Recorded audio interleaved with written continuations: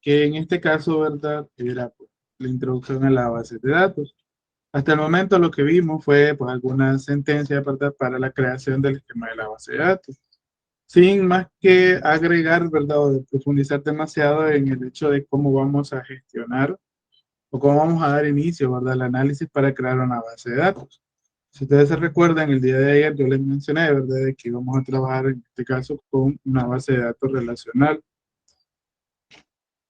Entonces, detrás de una base de datos relacional, ¿verdad? Hay un proceso en el cual nosotros debemos de analizar cuáles son los aspectos que debemos de tomar en cuenta para la creación de ese tipo de base de datos. Y en este caso vamos a hablar un poco del modelo relacional, ¿verdad? Esta clase va a ser más teórica que práctica, por la razón de que vamos a conocer algunos conceptos que es importante que pues los manejemos, ¿verdad?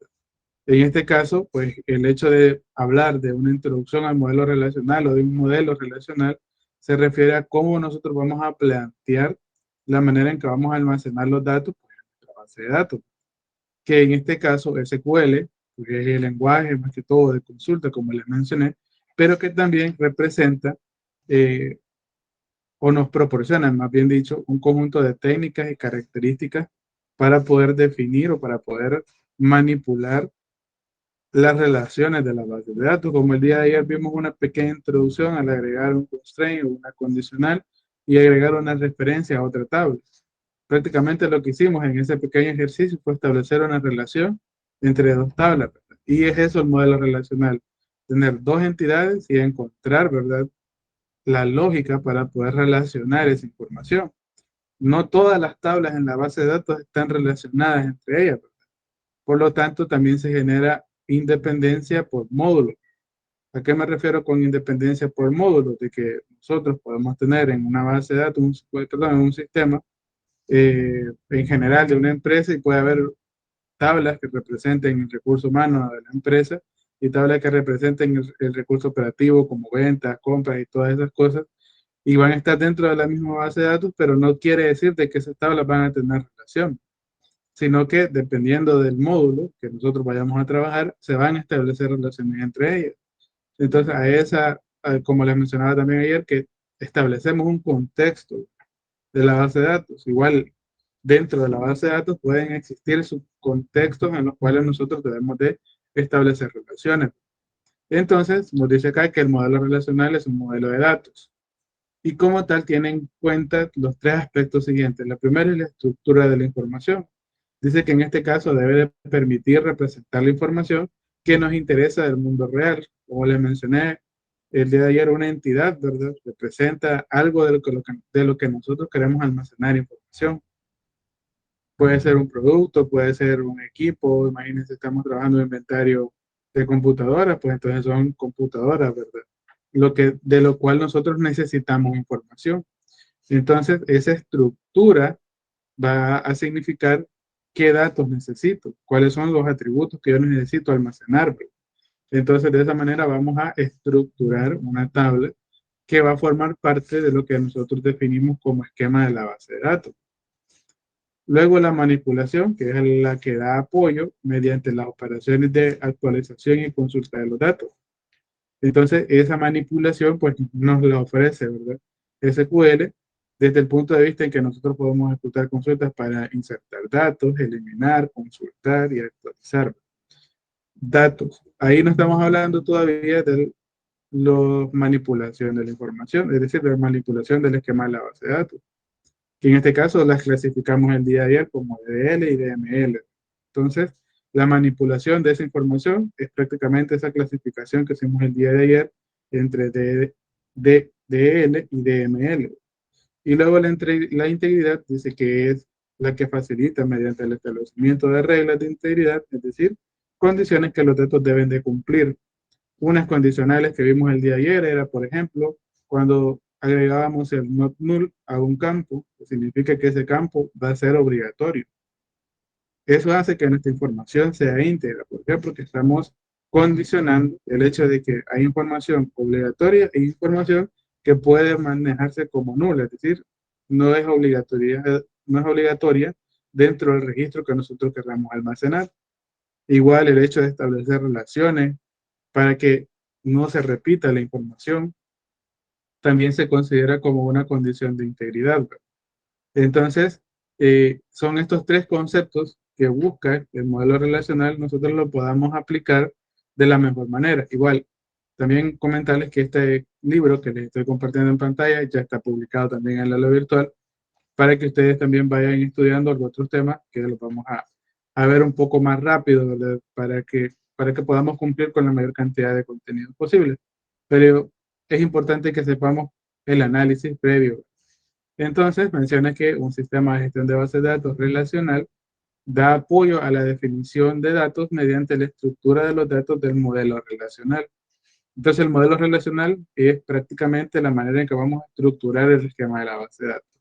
Cuando nosotros vamos a elegir qué relaciones vamos a implementar, por ejemplo, cuando hablábamos ayer de relacionar una tabla producto, ¿verdad? Con una tabla categoría, que incluso podemos agregar una tabla proveedor, ¿verdad? Y la relacionamos con producto, entonces ahí ya tenemos tres tablas. Entonces la forma que nosotros la vamos a relacionar y lo podamos diagramar, que vamos a ver esa parte, es o conforman, ¿verdad? Parte de las etapas del diseño relacional, ¿verdad? Que es lo que nosotros vamos a tratar de implementar.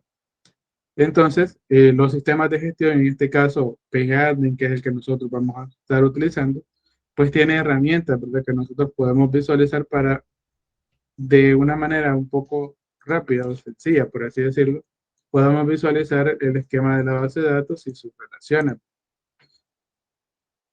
Vamos a ver acá si lo encuentro para mostrárselo. En este caso, esta es la base de datos que trabajamos el día de ayer, ¿verdad? Que se llama productos. Y quiero ver si les puedo mostrar los diagramas.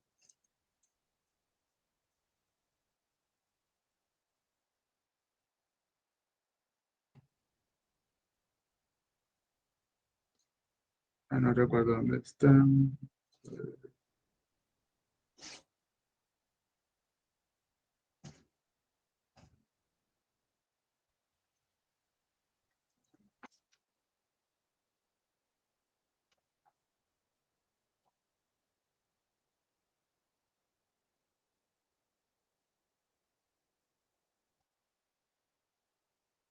Bueno, no recuerdo. Acá. Los ubicamos en la base de datos, ¿verdad? Damos clic derecho y vamos a dar donde dice generar o generate ERD. Bien, ahí esperamos un momento. Y este sería el ERD. A este diagrama que están viendo ustedes en pantalla, que es las dos tablas que nosotros tenemos, que una se llama producto y una se llama categoría.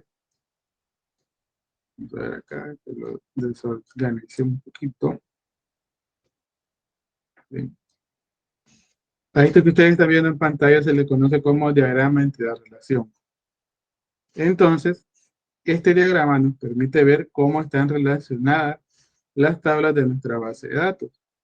En este caso existe algo que se llama cardinalidad de las relaciones, que lo vamos a ver más adelante, pero les adelanto un poco el concepto. La cardinalidad de las relaciones significa cómo está relacionada la tabla categoría con la tabla producto. Y ahí existen tres tipos principales, ¿no? De uno a muchos, de uno a uno y de muchos a muchos, que ya vamos a ver los conceptos. Pero, como estábamos mencionando, ¿verdad? De que el sistema gestor de base de datos, que en este caso es Postgres con su interfaz gráfica de PGAdmin, nos permite a nosotros tener una idea, ¿verdad? De cómo se ve nuestra base de datos de una manera gráfica. Y sería esta, ¿verdad? Aquí, por ejemplo, tenemos la tabla de productos. Igual si ustedes finalizaron la práctica del día de ayer, también les va a aparecer algo parecido, ¿verdad? Permítanme.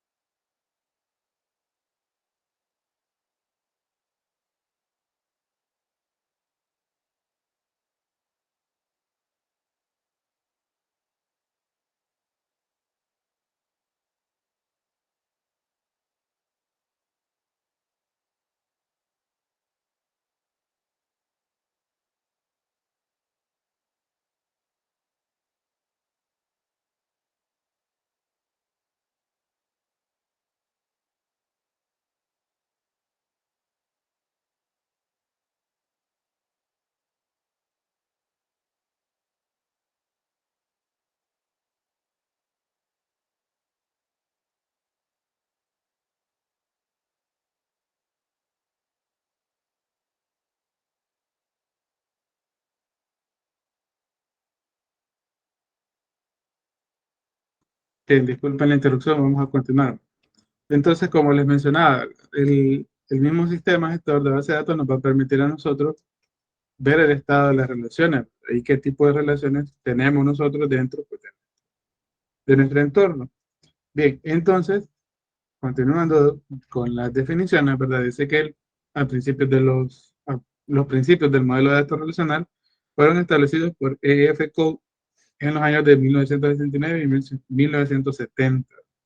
Dice que de todos modos, hasta la década de los 80 no se empezaron a comercializar los primeros sistemas gestores de base de datos relacionales con rendimientos aceptables. ¿Qué significa esto? Que todavía no teníamos la herramienta bien definida, por así decirlo, y por lo tanto no era tan popular, ¿verdad? Es como cuando ahora están saliendo nuevos lenguajes de programación o nuevas metodologías que no están estables, que pueda que en el futuro sean los estándares, pero que hasta el momento, ¿verdad? Nosotros seguimos utilizando metodologías un tanto tradicionales, como el hecho de los gestores de bases de datos relacionales, porque es una tecnología que viene desde 1970.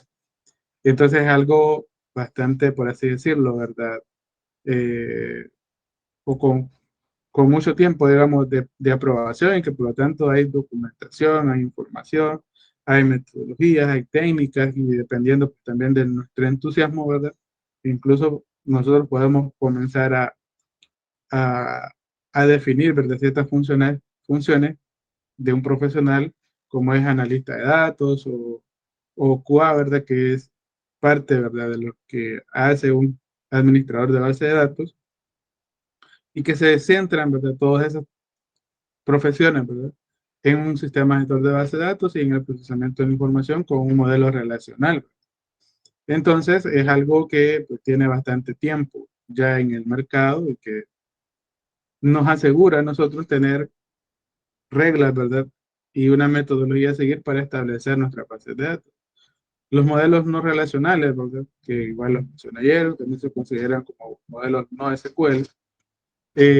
También ahorita, digamos que es parte de la tendencia que se está asumiendo, ¿verdad? El hecho de utilizar bases de datos no relacionales.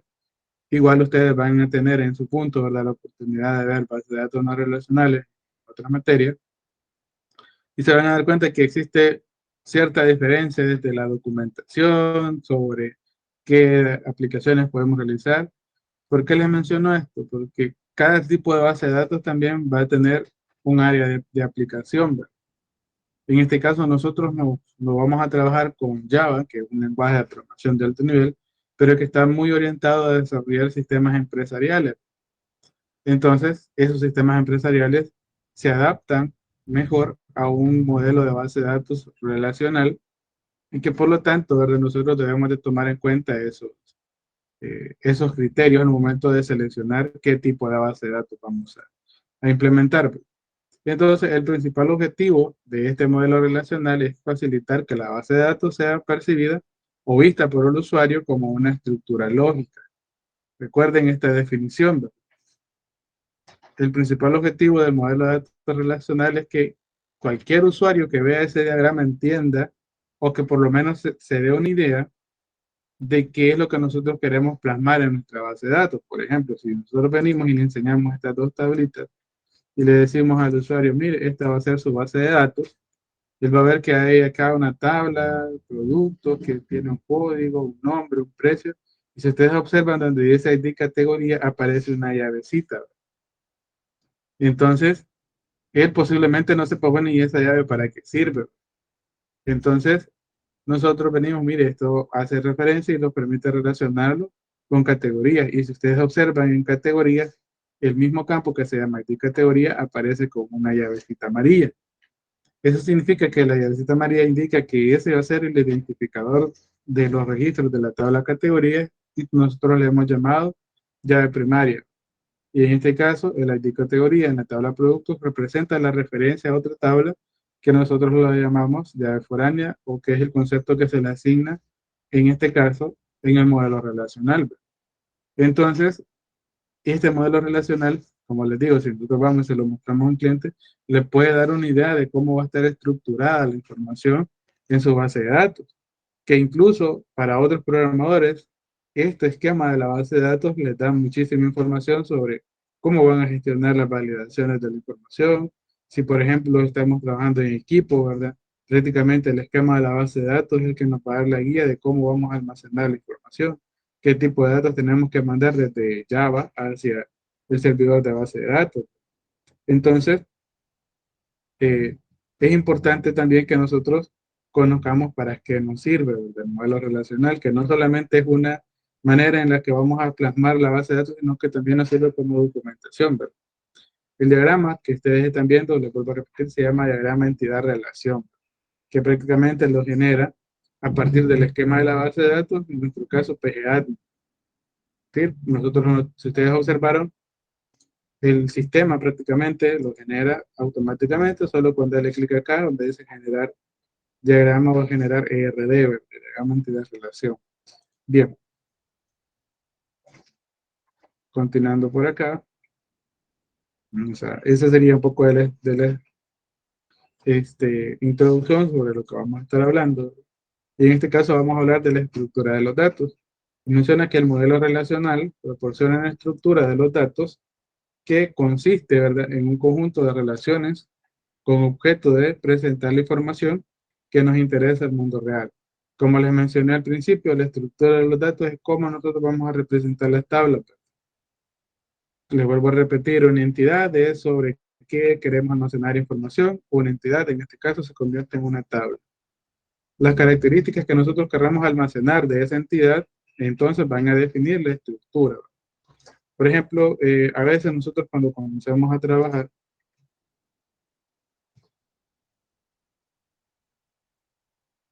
lo que hacemos, ¿verdad?, es establecer una hoja de Excel. En esa hoja de Excel, por ejemplo, se pueden encontrar datos, por ejemplo, de productos, como el código, el nombre, como hablábamos el día de ayer, ¿verdad? Precio, categoría, proveedor. Entonces, estas características que acabamos de escribir acá conforman la estructura de nuestra tabla de la base de datos. Y el conjunto de entidades que nosotros tengamos definidas representa, en este caso, ¿verdad?, el esquema de la base de datos y por lo tanto la estructura que nosotros vamos a estar utilizando para trabajar eh, con nuestro sistema.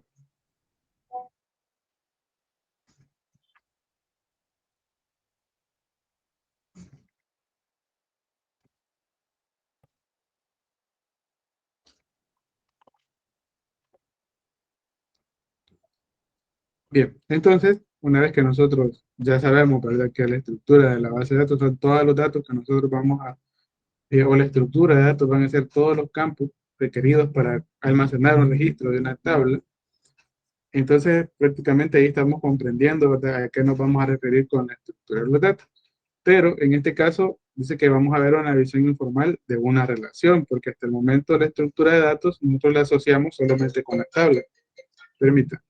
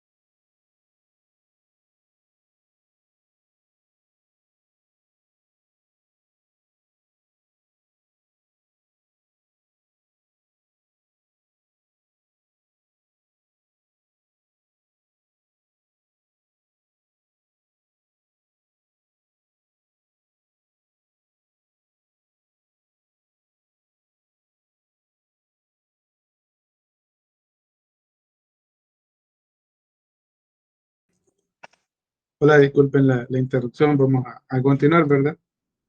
Bien, en este caso estábamos hablando de la estructura de los datos, ¿verdad? Y como les había mencionado, el hecho de definir, ¿verdad?, los campos de una tabla nos da una idea, ¿verdad?, de cómo vamos a establecer la estructura, valga la redundancia. Pero en este caso, la visión, por así decirlo, que nos proporciona acá el hecho de establecer una relación, también significa la manera en cómo vamos a gestionar el esquema de la base de datos. Y menciona por acá que en primer lugar vamos a representar el concepto de relación de una manera un tanto informal, como menciona el libro por acá. Dice que se tiene una mejor idea si nosotros, por ejemplo, vemos algo, como dice ahí, un fichero o una tabla, que en este caso dice que se muestra la visualización tabular de una relación que contiene datos de empleados. Cada fila de la tabla contiene una colección de valores de datos relacionados entre sí. En nuestro ejemplo dice que son los datos correspondientes a un mismo empleado y la tabla tiene como nombre empleado. Y también tiene un nombre cada una de sus columnas, DNI, nombre, apellido y sueldo. Sería la información que nosotros queremos almacenar de la tabla. Dice que el nombre de la tabla y de las columnas ayuda a entender el significado de los valores que contiene la tabla. Y cada columna contiene valores de un cierto dominio. Por ejemplo, la columna DNI contiene valores de dominio, números de DNI. Entonces, si ustedes observan por acá, prácticamente es algo parecido a lo que hicimos con lo del producto, ¿verdad? Pero acá habla de la relación que existe entre los campos que nosotros tenemos y la entidad sobre la que nosotros queremos trabajar. ¿Qué significa esto? Que tenemos una tabla de empleados y que por lo tanto tenemos que ponernos en el contexto de que qué información necesitamos nosotros de ese empleado. Por ejemplo, acá nos menciona el libro que el DNI o un número de identificación, los nombres, los apellidos y el sueldo forman parte de la información que yo quiero recuperar de los empleados. Y estos datos, nombre, apellido y sueldo, si ustedes, por ejemplo, ven Juan García en una tabla, muy posiblemente solamente esos dos datos no les representen nada. Ustedes no digan, pues solamente son un nombre y un apellido, ¿verdad? Ahora bien, si le colocamos el DNI, ustedes dicen, ese es un registro de una persona, ¿verdad? Pero que aún si nosotros solamente tomamos en cuenta estos tres campos, aún posiblemente no representen demasiada información respecto a lo que queremos lograr con la tabla de empleados. Entonces, ya cuando colocamos el sueldo, entonces decimos, este es un control, ¿verdad?, de los sueldos de los empleados, porque ahora ya tenemos los campos necesarios, como es el número de identificación, nombres, apellidos y sueldos, pero que todos pertenecen, ¿verdad? Cada fila, en este caso, como dice el libro, cada fila pertenece a un empleado, pero toda la información, es decir, todos los campos que aquí vemos, ya nos dan una idea, ¿verdad?, de qué es lo que queremos lograr, qué queremos almacenar. Entonces, este tipo de relación es respecto a qué campos vamos a necesitar y cómo los vamos a asociar con la entidad que nosotros tenemos. En el caso del producto, como tenemos por acá, si ustedes ven, tenemos código, nombre, que incluso que puede hacer descripción, precio, categoría y proveedor, que son campos que están relacionados a un producto. Si ustedes ven, por ejemplo, código y nombre por sí solos, y si yo elimino estas de acá, si las eliminamos, ¿verdad? Si solo dejamos código y nombre, a lo mejor no representen demasiada información, porque solamente vamos a tener un código y un nombre. Pero al momento que comenzamos a colocarle la categoría, el precio, el proveedor, entonces nosotros ahora lo asociamos a que es un producto. Y entonces esa es la relación que nosotros vamos a establecer entre la estructura de los datos, es decir, los campos que necesitamos y la entidad sobre la que queremos almacenar información. En el caso del libro menciona empleados, igual podemos tenerlo de productos. Como les digo, ahí va a depender del contexto del sistema, para qué lo estamos haciendo. Por ejemplo, acá yo no puedo poner un campo en empleado, un campo que diga precio, ¿verdad? Porque realmente no podemos comercializar eso, ¿verdad? Entonces, no podemos colocar un precio, no tiene nada que ver ese campo con empleados. Entonces, eso es lo que trata de explicar en este caso la vista informal de una relación, ¿verdad? El hecho de que los campos que nosotros definamos para cada tabla, pues tienen que tener relación respecto a lo que queremos almacenar, ¿verdad? Como les digo, no vamos a colocar acá un campo proveedor porque tampoco, ¿verdad? No tiene nada que ver respecto a, a un empleado.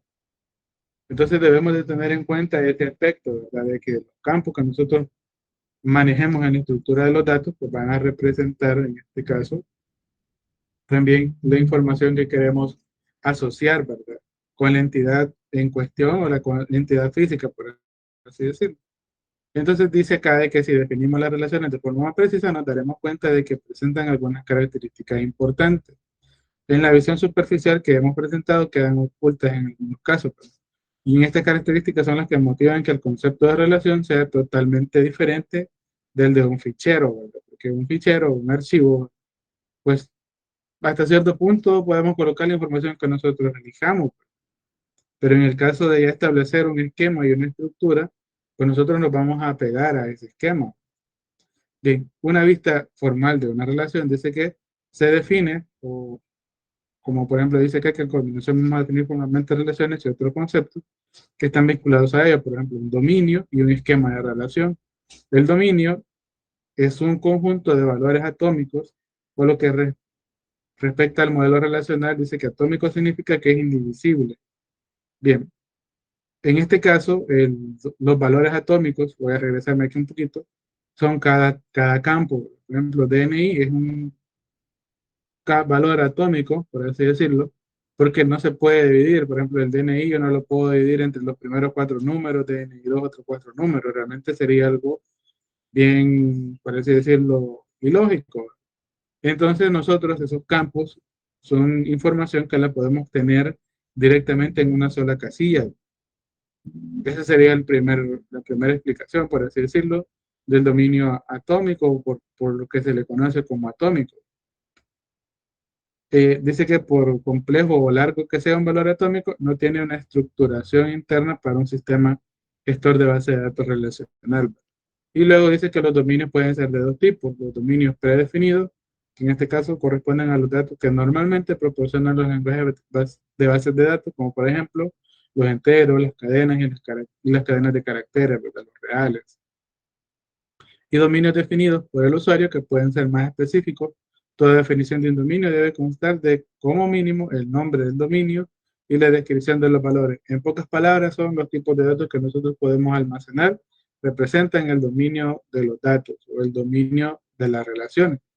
Entonces, por ejemplo, el dominio, en este caso del DNI, debe ser una cadena de texto, siempre y cuando conforme un formato en específico, que por ejemplo acá tenemos en los primeros números separados por puntos. El nombre es una cadena de texto, por lo tanto el dominio de ese campo es una cadena de texto y vamos a definir la cantidad de caracteres que van a representar ese campo.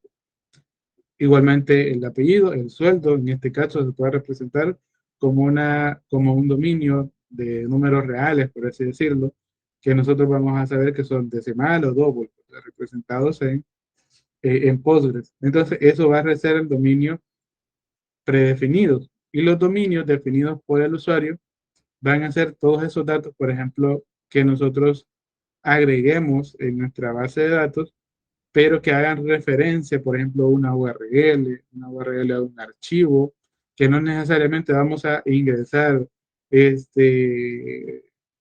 un formato en específico, ¿verdad? Por eso dice que son dominios definidos por el usuario. Nosotros, haciendo uso, ¿verdad?, de los datos que ya existen en nuestro sistema gestor de base de datos, podemos establecer nuestros propios esquemas de datos. Por ejemplo, nosotros hay una parte de base de datos que se llama vistas, que es prácticamente hacer una tabla en base a una consulta de selección. Entonces, esa vista se llena con información de otras tablas, es decir, con referencias a otras tablas. Entonces, definimos esos datos basados en referencias. Estamos definiendo nuestro propio esquema de la tabla y que por lo tanto depende de otra información para rellenar esa vista, que es parte de esto donde dice dominios definidos por el usuario. Bien, y por ejemplo acá tenemos siempre el ejemplo, ¿verdad?, de los empleados. Dice que si consideramos la representación tabular anterior, el esquema correspondería a la cabeza de la tabla y la extensión correspondería al cuerpo. es decir, ya los datos que nosotros vamos a almacenar. Y acá menciona un esquema de relación, consiste en un nombre de relación R y un conjunto de atributos. El nombre de relación, en este caso, sería el nombre de la tabla y el nombre de los campos. Ahí estamos estableciendo el nombre de la relación. Y los atributos van a ser todos los registros que nosotros almacenemos, ¿verdad? Todos esos registros que nosotros almacenemos en esa tabla. Bien, acá vamos a encontrar un montón de nomenclaturas, ¿verdad? Por ejemplo, nombre, conjunto de atributos de las relaciones empleados. Si tomamos como ejemplo la figura, dice que el nombre de relación es empleados y el conjunto de atributos es DNI, nombre, apellido y sueldo. Ahí tenemos ya la primera o el primer esquema de relación. Bien, en este caso, ¿verdad? Nosotros vamos a saltarnos un poquito más esto. Ustedes lo pueden leer, como les digo, ahí está la información. Pero es más que todo lo que hemos estado hablando, ¿verdad? De cómo se relaciona el hecho de colocar el nombre correcto, que no vamos a colocar un campo que no tenga nada que ver con la entidad sobre la que queremos almacenar información, pues prácticamente lo explica acá, ¿verdad? Para que ustedes también lo puedan ir leyendo. Aquí utilizan ellos su propia nomenclatura, pero es muy similar a lo que les he estado mencionando. Vamos a pasar por acá. Bien, acá habla de ficheros y de relaciones. Bien, un fichero es un archivo en el que se pueden ir escribiendo datos, ¿verdad? Y se pueden utilizar como, por así decirlo, respaldos de información, ¿verdad? Pero en este caso dice que a primera vista las relaciones ficheros pueden ser muy similares, ¿verdad? Yo digo fichero es un archivo. Y los registros y los campos que conforman o que forman los ficheros se parecen a las tuplas. Bien, una tupla, por así decirlo, es un conjunto de datos que no se pueden modificar. Como que nosotros tengamos una línea de información, como por ejemplo, donde decimos nombre, vamos a ver, esto puedo borrar.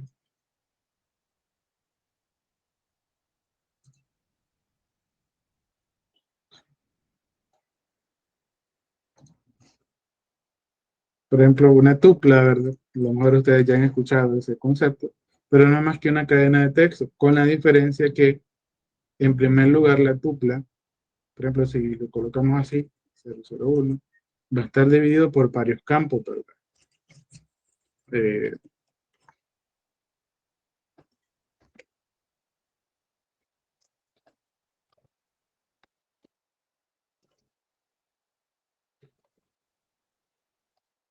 si ustedes observan, todos los campos tienen relación, ¿verdad? Entonces, este se conoce, ¿verdad? Como una tupla, que son datos relacionados con un registro, ya sea de una base de datos, de un arreglo incluso, o de un arreglo de objetos, que igual ustedes ya saben más o menos cómo se manejan, pero eso sería una tupla, ¿verdad? En el cual nosotros podemos acceder a cada una de las posiciones de esta tupla. Entonces, vamos a ver acá. En este caso, ¿verdad? Cuando hablamos de que se pueden llegar a aparecer es porque en un documento de texto, por ejemplo, acá,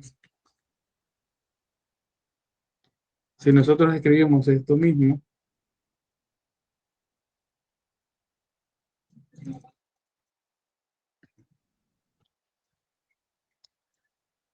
entonces si por ejemplo a nosotros se nos pide que creemos un programa, por ejemplo, que vaya escribiendo esta información en un fichero, realmente lo podemos hacer, ¿verdad? Y esto sería prácticamente la información que vamos a ir almacenando. Un código, computadora, la marca, la capacidad de disco duro, por ejemplo. Entonces, lo asociamos, ¿verdad? A un registro y esto lo podemos ir insertando cada vez que ejecutemos un evento de un botón, por ejemplo, y se va a ir haciendo. Entonces, esa línea, cada línea representa una tupla de un fichero y esa es por así decirlo, la relación o la similitud que existe entre una tupla y el registro de la base de datos. Porque ahora nosotros representamos esto en la base de datos y si lo queremos ver, creo que no lo podríamos representar bien. Pero si, por ejemplo, lo tenemos que fuera el de productos, sabemos que vamos a tener un código, un nombre, un precio, y que por lo tanto se va a ver de manera que, por así decirlo, de manera lineal. Vamos a ver por acá. ¿Qué más?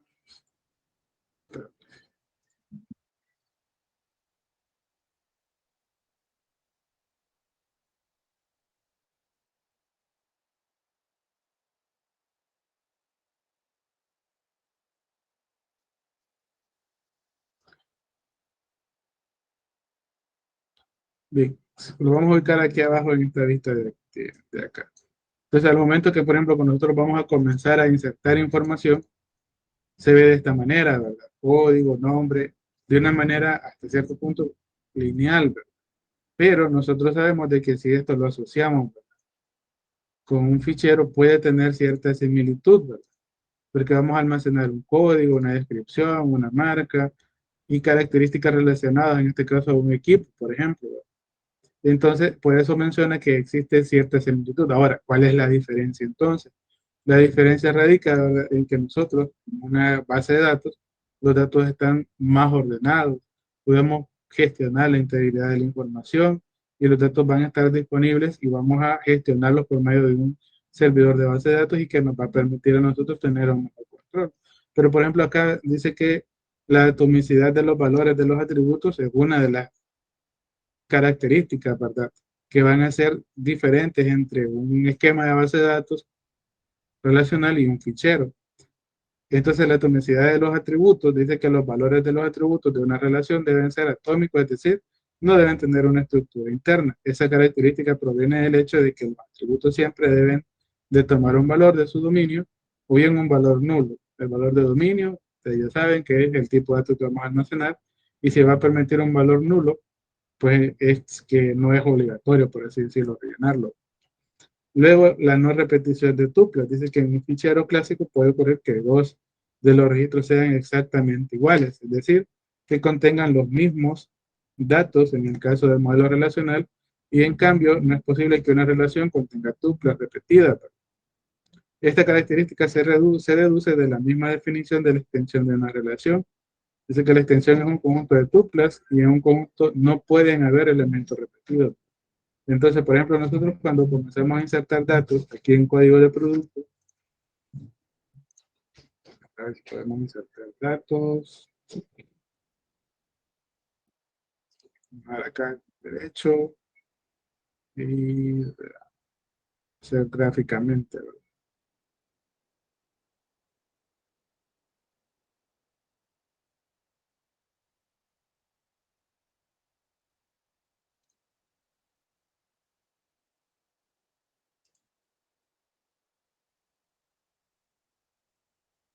Esta sería una consulta para insertar información, ¿verdad? Entonces, por ejemplo, si nosotros queremos comenzar a insertar información, pues tiene que ser algo relacionado, ¿verdad?, a lo que ya nosotros tenemos. Por ejemplo, poner uno, el nombre del producto, en este caso vamos a colocarle acá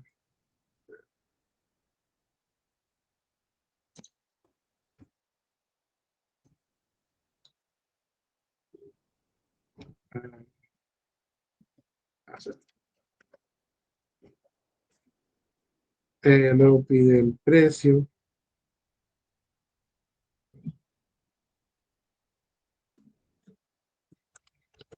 y luego pide el ID de la categoría. Por ejemplo, acá si le ponemos uno, en este caso va a retornar un error, pero les comento por qué. En este caso observen la restricción que aquí me menciona. Me dice de que, bueno, a lo mejor no voy a alcanzar a ver, pero lo que me dice es que no alcanza, o que no puedo insertar este registro porque el ID de la categoría aún no existe. Entonces, este tipo de restricciones no las podemos implementar, ¿verdad?, en un fichero, como es el caso de esta tupla, por ejemplo. Si nosotros quisiéramos hacer ese registro en un fichero con esta definición, ¿verdad?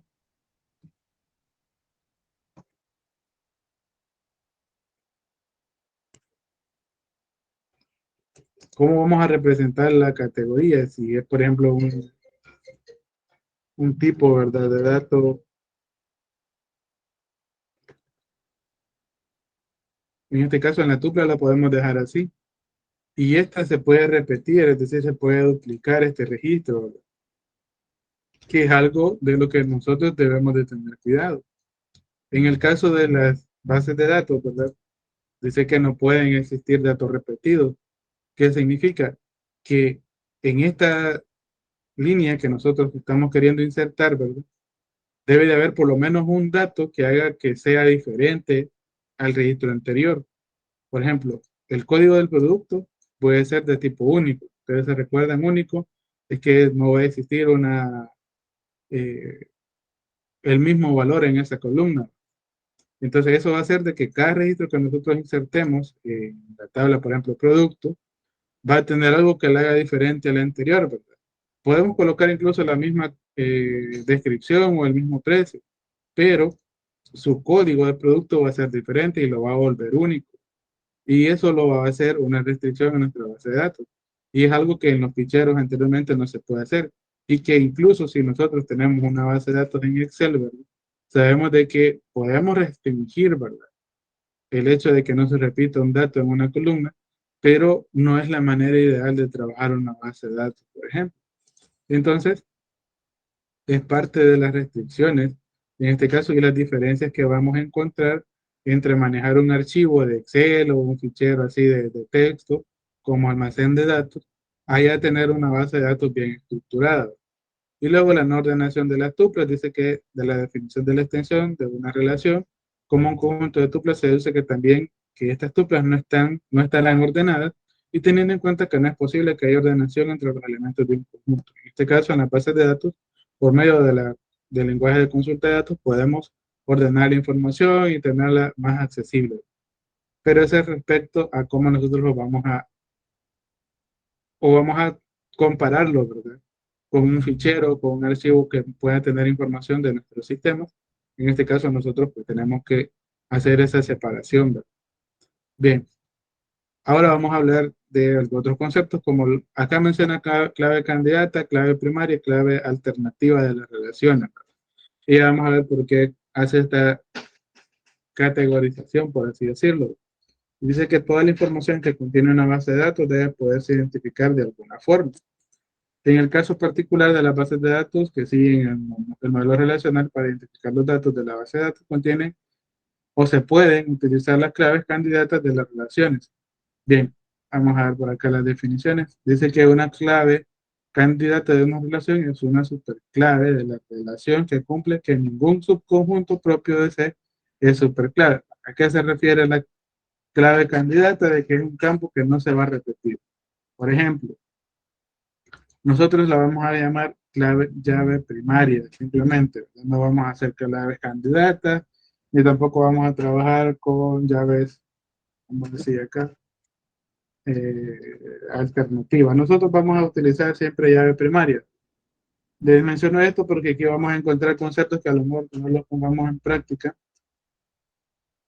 eh, pero por ejemplo, el de llave primaria sí, ¿verdad? Pero la clave candidata, como menciona acá, es más que todo definir una llave, ¿verdad? Por así decirlo, para cada registro. Es prácticamente la misma función que una llave primaria. Pero dice que habitualmente una de las claves candidatas de una relación se designa clave primaria. Entonces es prácticamente la misma función, ¿verdad? Entre una clave primaria y una clave o una llave, por así decirlo, candidata, que es una llave que va a representar el registro total de la información. Por ejemplo, cuando nosotros tenemos esta estructura de código, precio para un producto, la categoría.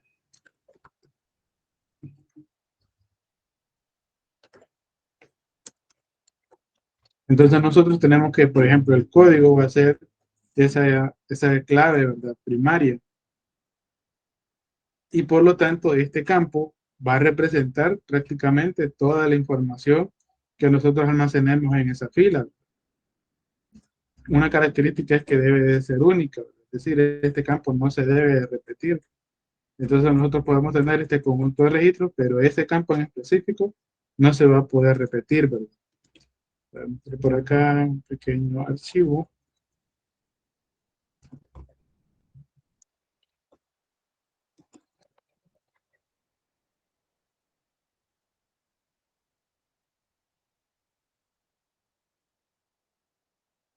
Por ejemplo, acá tenemos ese mismo,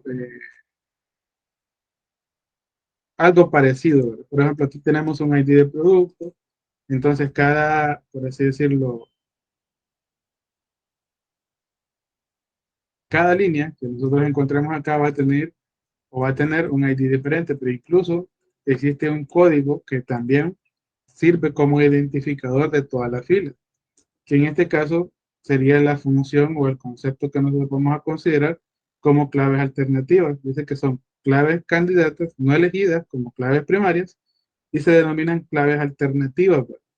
Entonces, por ejemplo, en esta tablita que les estoy mostrando por acá, esto proviene de una consulta de una base de datos que yo gestiono, ¿verdad?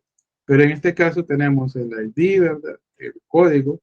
Son dos campos. Entonces, la clave, por así decirlo, primaria o clave candidata es el ID, que es un campo que se genera automáticamente por el sistema gestor de base de datos y que se va incrementando según la cantidad de registros que nosotros vayamos insertando.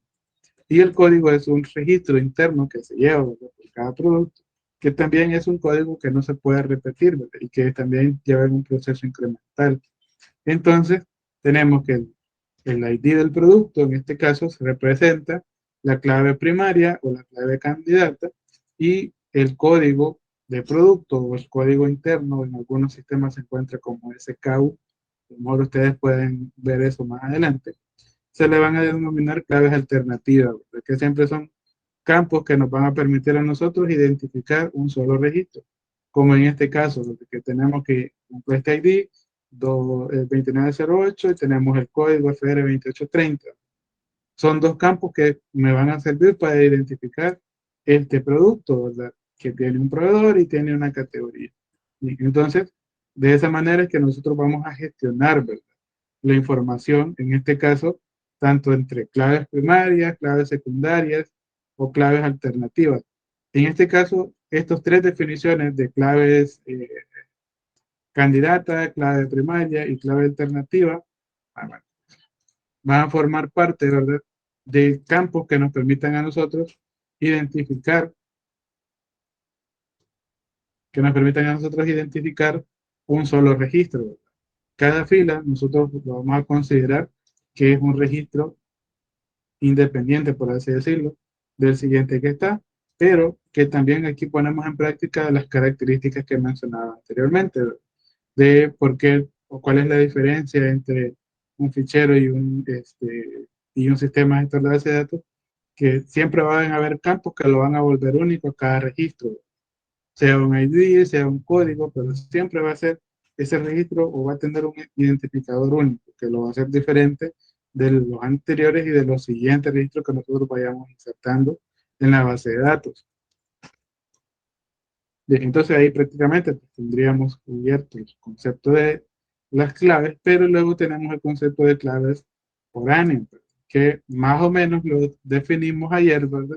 Pero igual lo vamos a ver un poco más a profundidad el concepto del día de hoy. Entonces dice que hasta ahora lo que hemos estudiado son las relaciones de forma individual, pero, es decir, la relación que existe entre los campos de la tabla y la tabla, que recapitulando un poco, tenemos que estar en el mismo contexto, ¿verdad?, de que no vamos a colocar campos o atributos de la tabla que no tengan nada que ver de la entidad de la cual nosotros queremos almacenar información.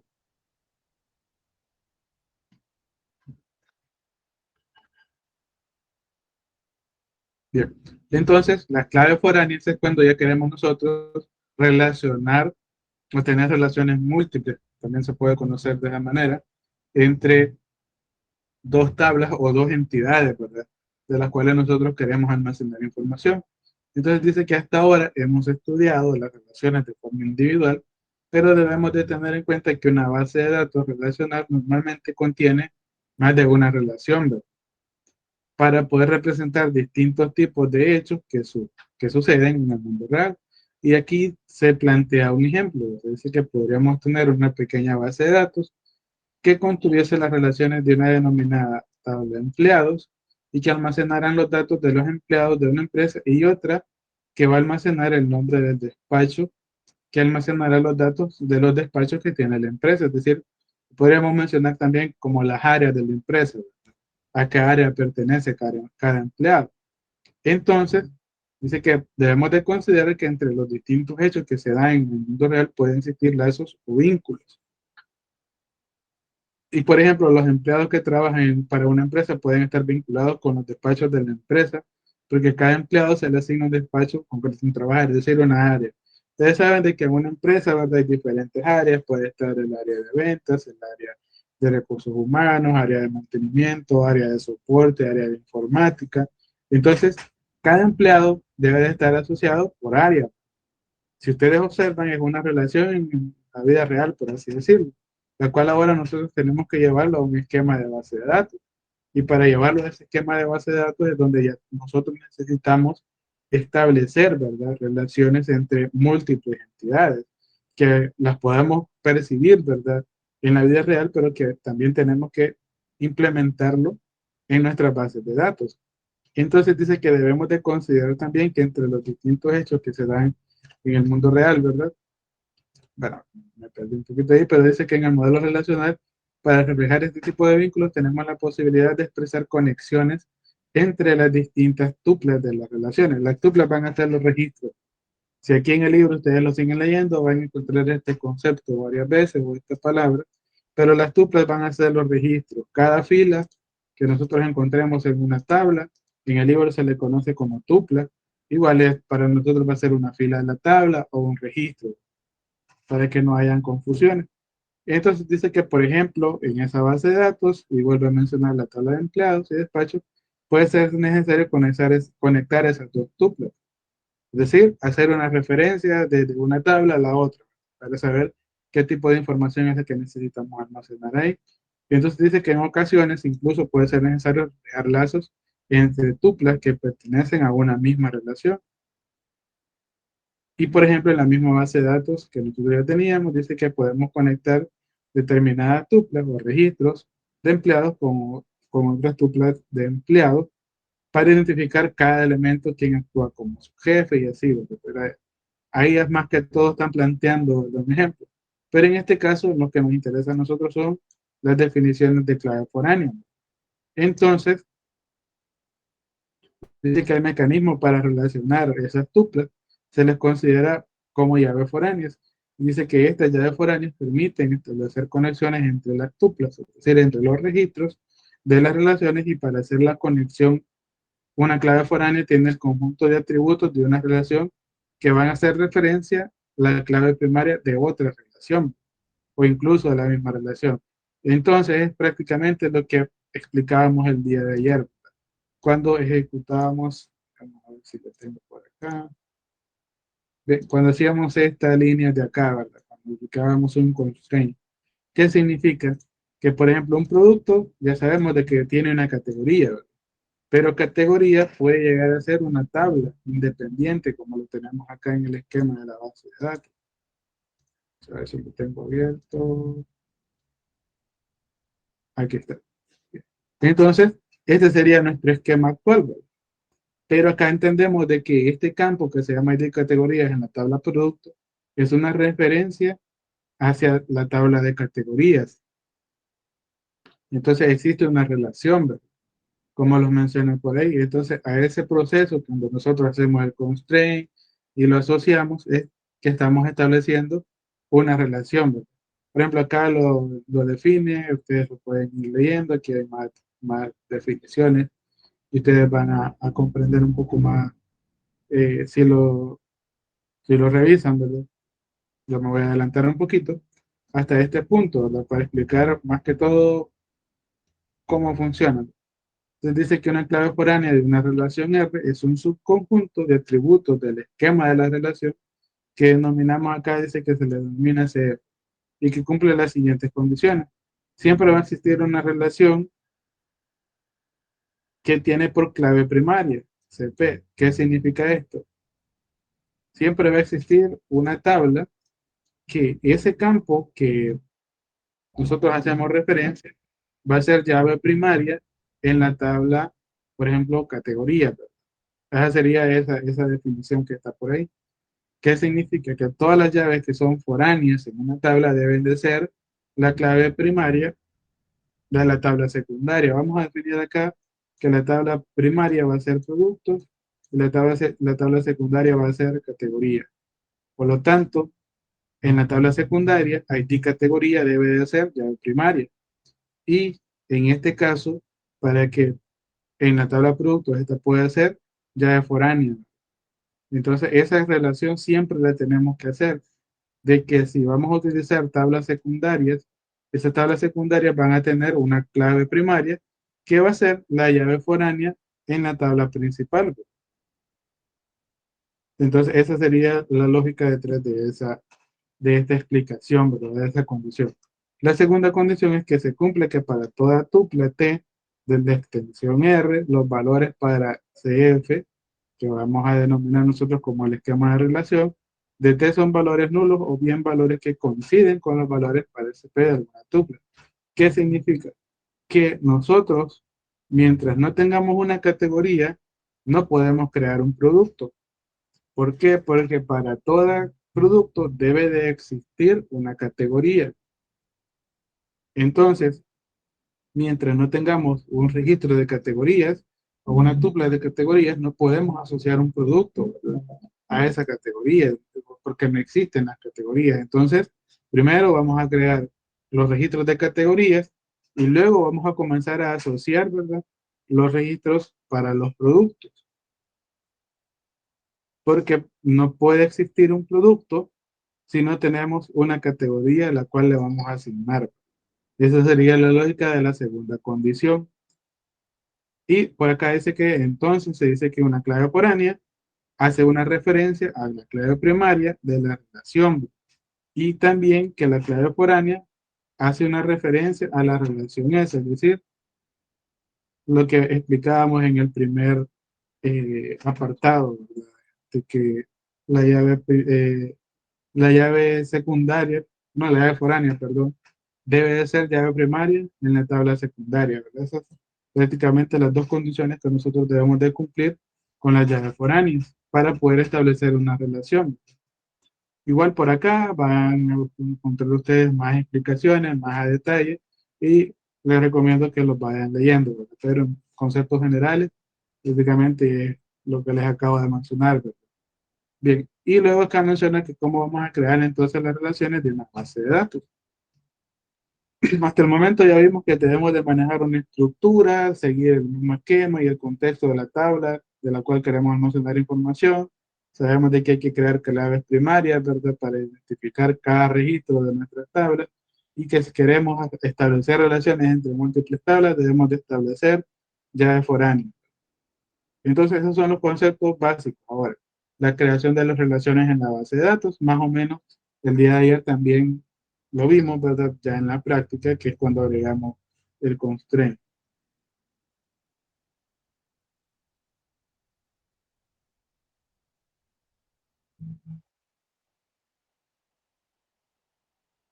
Bien, entonces, dice que hemos visto que una base de datos relacional consta de varias relaciones.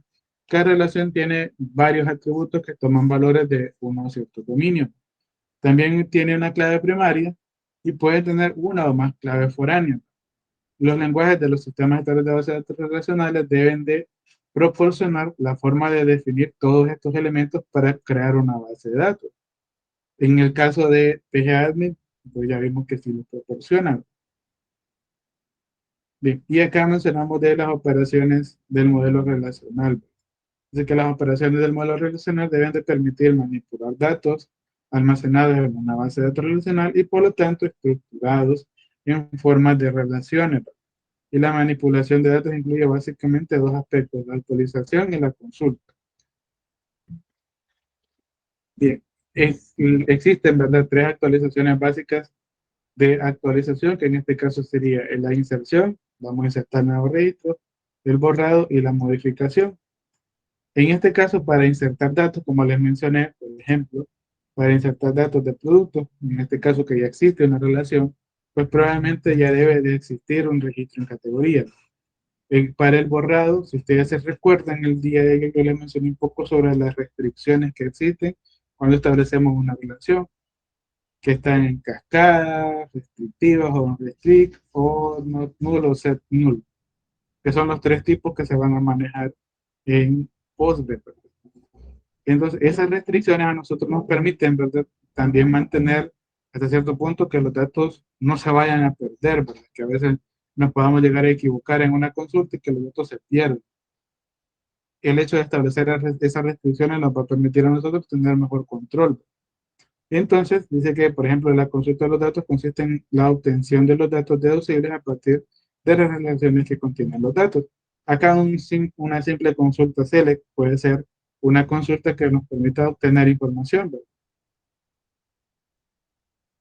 Y acá vamos a hablar un poco sobre, bueno, en este caso, el lenguaje SQL dice que en las sentencias de consulta combina instrucciones de álgebra relacional y del cálculo relacional predominado en las construcciones de cálculo. En este caso, nosotros no vamos a profundizar en el álgebra relacional ni en el cálculo relacional porque nos vamos a extender demasiado. Entonces, nos vamos a mantener con relaciones simples, ¿verdad? Pero por acá quiero mostrarle las reglas de integridad, a ver si tenemos.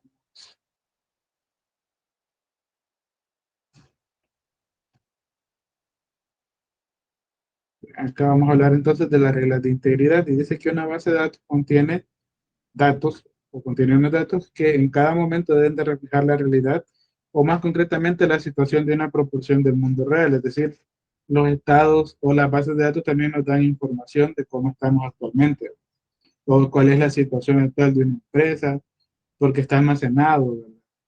Incluso si por ejemplo en una empresa quieren saber cuáles son sus ventas, qué producto es el que más se ha vendido y todo eso, lo pueden lograr mediante pues, las bases de datos, pues. Entonces, dice que en el caso de las bases de datos relacionales, esto significa que la extensión de las relaciones, es decir, las tuplas que contienen las relaciones, deben de tener valores que reflejen la realidad correctamente. Es decir, los datos deben de ser reales y que aporten información importante para nuestros objetivos, ¿verdad? En este caso dice que vamos a denominar integridad a la propiedad de los datos de corresponder a representaciones plausibles, es decir, que se puedan identificar en el mundo real, que podamos nosotros verificar que realmente sí se cumple lo que la base de datos nos está diciendo. Entonces, una de las restricciones de integridad son las restricciones de integridad de usuario. Dice que son condiciones específicas de una base de datos en concreto, es decir, son las que deben de cumplir en una base de datos particular con unos usuarios concretos. En pocas palabras, significa que nosotros vamos a restringir o dar permisos a los usuarios de la base de datos. Si ustedes se recuerdan ayer, cuando hicimos la instalación, creamos un usuario. Que dicho usuario nosotros le dejamos como nombre Postgres. Les quiero mostrar algo por acá, solo que dejen buscarlo.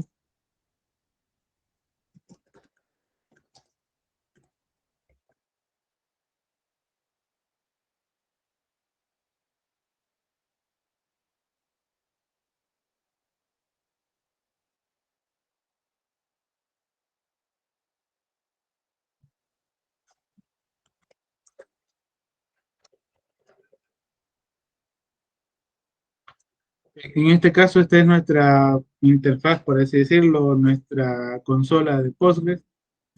Acá, por ejemplo, vamos a dejar esto vacío, el puerto ya sabemos cuál es. Y en este caso, Postgres es el nombre del usuario. Acá me pide una contraseña, que es la contraseña que yo he definido. Y en este caso ya estoy dentro del servidor de base de datos. Entonces, cuando hablamos de restricciones de usuario, significa los permisos que yo tengo sobre las bases de datos que están dentro del servidor. En este caso, por ejemplo, nosotros solamente tenemos un usuario. Bueno, en mi caso yo solamente tengo un usuario que es Postgres. Pero, por ejemplo, aquí me dice cuál es el listado de roles que yo tengo sobre las bases de datos. Que en este caso dice que super user es el rol que estoy utilizando. En este caso yo puedo crear roles, puedo crear bases de datos y puedo crear replicaciones, es decir, puedo estar haciendo respaldo de la base de datos automáticamente y bypass RLS, es decir, no recuerdo qué es, ¿verdad? Pero en este caso yo tengo, digamos, todos los permisos. Igual si ustedes hacen este comando en su servidor de base de datos, les va a mostrar que ustedes tienen todos los permisos sobre, en este caso, ¿cómo les podría decir? Sobre las bases de datos. Crear una base de datos, eliminar una base de datos, pero esos permisos se pueden restringir porque nosotros como superusuarios pues, tenemos el derecho, por así decirlo, ¿verdad? De crear nuevos roles, ¿verdad? Y nosotros limitar esos roles. Por ejemplo, si nosotros queremos tener un usuario de que solamente pueda leer información o solamente consultar información de la base de datos, pero que no pueda ni insertar, ni editar, ni eliminar información, ni crear nuevas bases de datos, ni crear tablas. Lo podemos hacer, ¿verdad? Podemos crear roles restringidos, pero siempre en cada servidor de base de datos va a haber un usuario que va a ser superusuario, que va a ser un rol ya definido por nuestro servidor, el cual nos permite a nosotros pues tener todas esas acciones que ya les mencioné anteriormente, ¿verdad? Igual si nosotros queremos crear más usuarios que tengan pues el mismo, por así decirlo, el mismo rol que nosotros, lo podemos hacer, ¿verdad? Entonces, de esta manera nosotros restringimos, ¿verdad?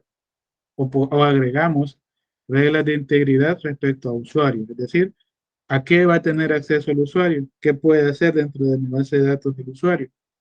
Bien, en este caso, a eso se refiere esta parte de esa restricción de integridad de usuario, ¿verdad? A los permisos y los roles que yo puedo tener dentro del servidor de la base de datos. Y luego dice que son reglas de integridad del modelo, que en cambio son condiciones más generales propias de un modelo de datos y se deben cumplir en toda la base de datos que siga dicho modelo. Por ejemplo, acá tenemos un ejemplo, dice que en el caso del modelo de datos relacional habrá una regla de integridad para garantizar que los valores de una clave primaria de una relación no se repitan en tuplas diferentes. Si ustedes se recuerdan, teníamos la palabra reservada unique, incluso podemos hacer de que ese dato se vaya incrementando o se vaya generando automáticamente. Entonces, dice que esos campos para clave primaria no se deben de repetir en diferentes relaciones y todas las bases de datos relacionales deben de cumplir esta regla, que por lo tanto es una regla de integridad del modelo. Entonces, nosotros a partir de la siguiente semana vamos a comenzar a insertar registros, pero debemos de colocar esta regla, ¿verdad? De que deben de llevar una clave primaria a la par de decir un registro o un dato único y el cual no se va a repetir en ninguno de los demás registros que nosotros insertemos, el cual se va a convertir en una regla de integridad. Y luego tenemos las reglas de integridad de unicidad de la clave primaria, que es lo que estamos hablando. Entonces dice que la regla de integridad de unicidad está relacionada con la definición de clave primaria y concretamente establece que toda clave primaria que se elija para una relación no debe tener valores repetidos.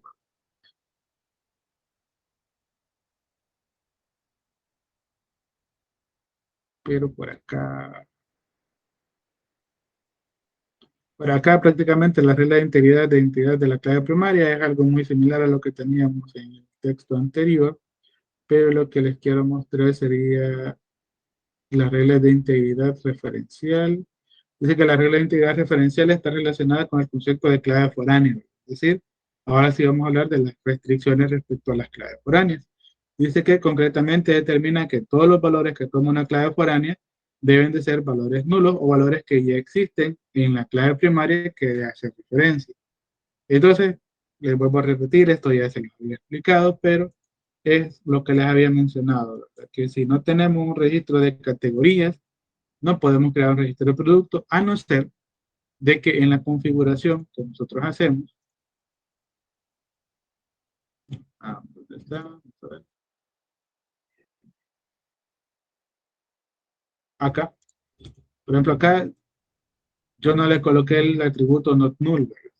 Significa que este campo permite valores nulos. Si ustedes se recuerdan, cuando quisimos insertar un dato, acá, yo estoy colocando un uno, pero ese uno no existe, ¿verdad?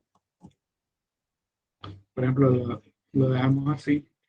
Y como no le coloqué el not null, este registro puede o debería de permitir valores nulos. En este caso, ahí ejecuté la consulta y lo que hice fue que permití valores nulos. ¿Cómo verificamos eso? En el esquema de la base de datos, ¿verdad? Acá, en este caso, no tiene la condición not null. Y por lo tanto, esa regla de restricción que menciona por acá o de referencia, me dice que una clave foránea puede permitir o valores nulos o valores que ya existen. Si el dato no existe, nosotros podemos crear el registro de producto. A ver, por acá. Esquema.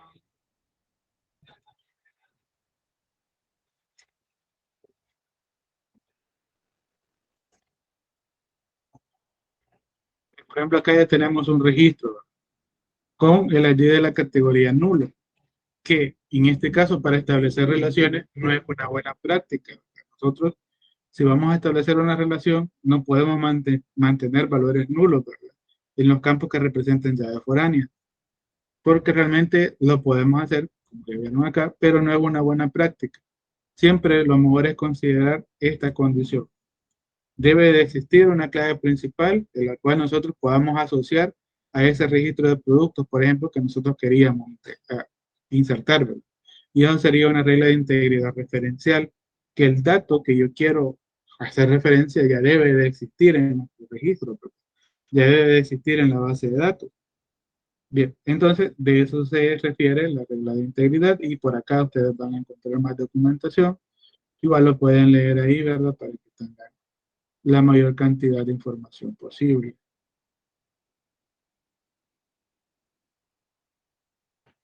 Bien, acá menciona la restricción y dice que la política de restricción consiste en no aceptar la operación de actualización. Entonces, más concretamente, la restricción en caso de borrado consiste en no permitir borrar una tupla si tiene una clave primaria referenciada por alguna llave foránea. ¿Qué significa esto? Regresamos acá. Si, por ejemplo, en este caso, este registro, ¿verdad? No está asociado con ninguna categoría, porque aún no tenemos categorías. Pero si nosotros ya tuviéramos una categoría, y por ejemplo el ID1 de la categoría, por ejemplo, la tenemos asociada con un producto y queremos eliminar esa categoría con el ID1, no lo vamos a poder hacer, ¿verdad? ¿Por qué? Porque existe una reglación y tenemos que mantener la integridad. Entonces, en este caso es donde ya entran en juego, ¿verdad? Las restricciones de la base de datos. ¿Verdad? Casi la menciono. Bueno, aquí está. Actualización en cascada, ¿verdad? Que en nuestra base de datos, vamos a ver si la tengo por acá.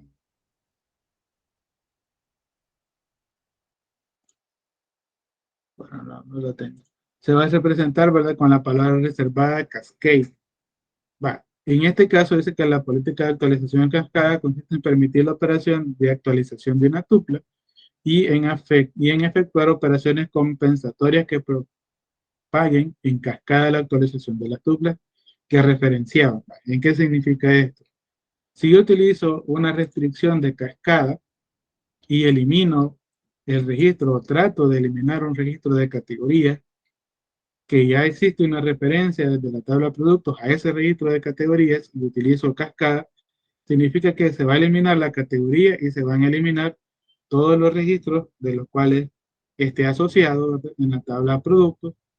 Todos esos productos que estén asociados a esa categoría que yo quiero eliminar se van a eliminar. Eso sería respecto a utilizar esa operación en cascada. Si yo actualizo un campo, por ejemplo, yo actualizo el ID, que no se debe de poder actualizar, pero imagínense que, o vamos a suponer de que sí se puede. Entonces, si modificamos ese ID, si utilizamos en cascada, significa que también se va a actualizar en todos los registros en los que exista una referencia en la tabla de productos, ¿verdad?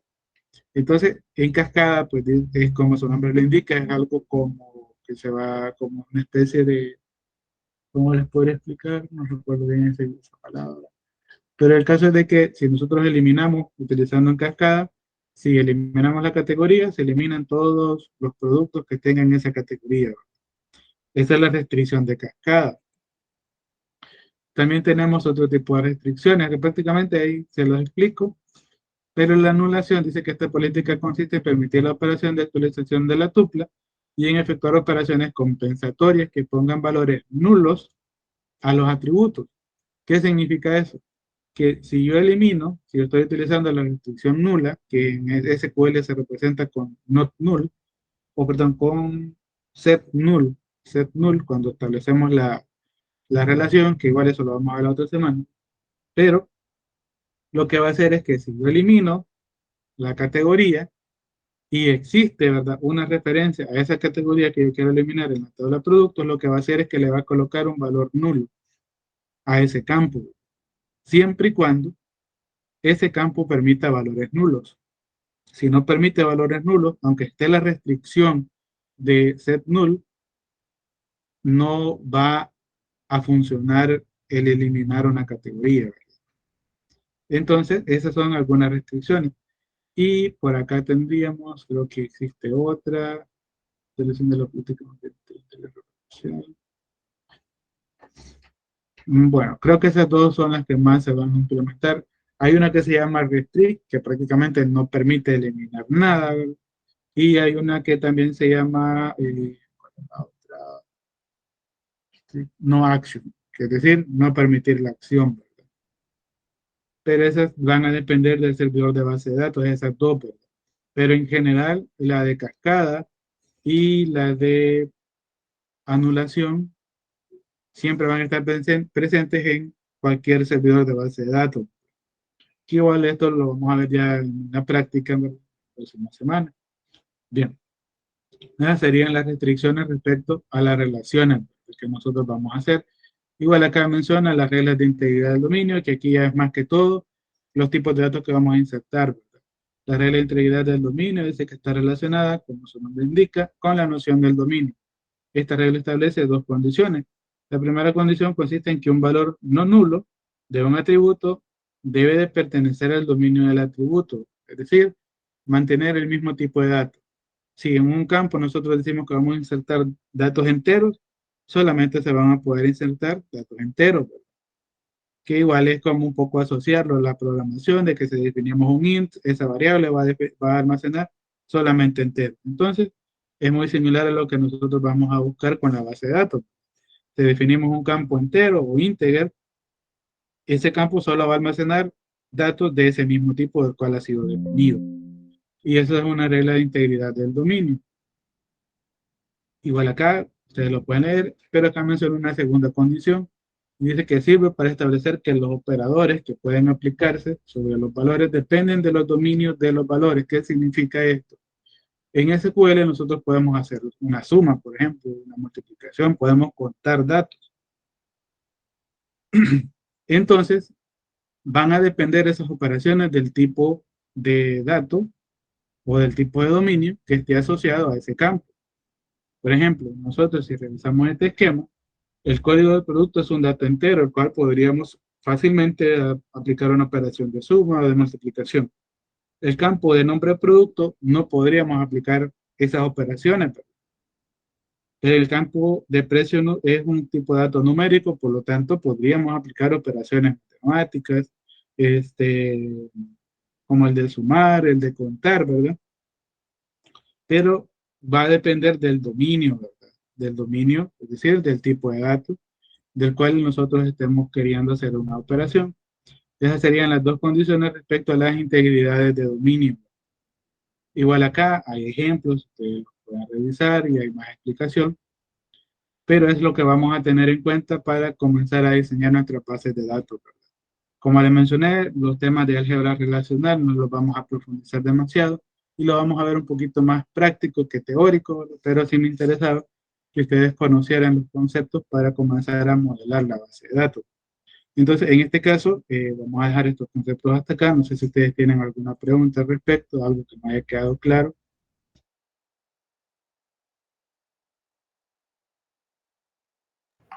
Todo quedó claro, ingeniero. Ok, gracias. Bien, entonces nos vamos a quedar hasta acá, solo que ahora sí voy a pasar asistencia de que en clases anteriores no había pasado. Me confirman ahí escribiendo su número de carnet y nombre completo, por favor.